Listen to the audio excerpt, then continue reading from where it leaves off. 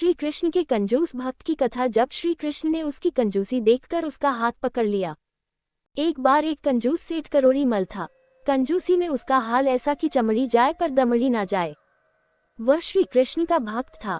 एक बार वह संत के पास गया और कहने लगा कि महाराज, कोई ऐसा उपाय बताए जिससे मैं श्री कृष्ण की सेवा भी कर सकूं और मेरा कोई पैसा भी ना लगे।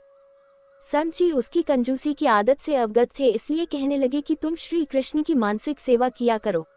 ऐसा आभास करो कि जैसे तुम श्री कृष्ण महाराज के लड्डू गोपाल विग्रह को स्नान करवा रहे हो, उन्हें सुंदर वस्त्र धारण करवा रहे हो, उन्हें भोग लगा रहे हो। ये सब तुमको मानसिक रूप से करना है, इसलिए इसमें कोई कंजूसी मत करना।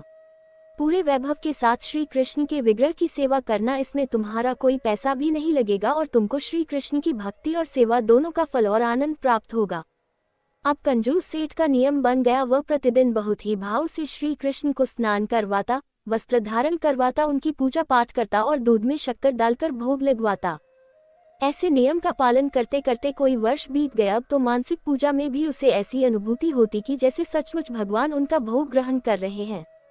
एक दिन वह जैसे ही ठाकुर जी को भोग लगाने के लिए दूध में शक्कर डाल रहा था तो गलती से उसने एक के बजाय 2 चम्मच शक्कर डाल दी। कंजूस सेठ मन में विचार करने लगा कि 1 चम्मच शक्कर निकल लेता हूँ, किसी और काम आ जाएंगी। भगवान उसकी मानसिक पूजा से तो पहले ही प्रसन्न थे, लेकिन आज उनको को भी शरारत सूझी। जैसे ही वह दूध में से 1 चम्मच शक्कर निकलने लगा, श्री कृष्ण ने उसका हाथ पकड़ लिया।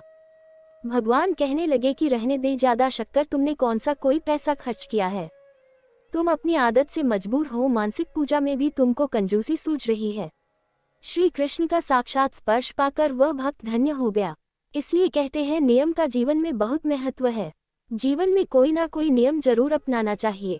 ये कंजूस सेठ भी अपनी मानसिक पूजा के नियम के कारण ही श्री कृष्ण का साक्षात दर्शन पा सका। अगर आपको मेरी यह कहानी अच्छी लगी हो तो प्लीज मेरे चैनल को लाइक, सब्सक्राइब और शेयर कर देना और बेल आइकन को प्रेस कर देना। धन्यवाद।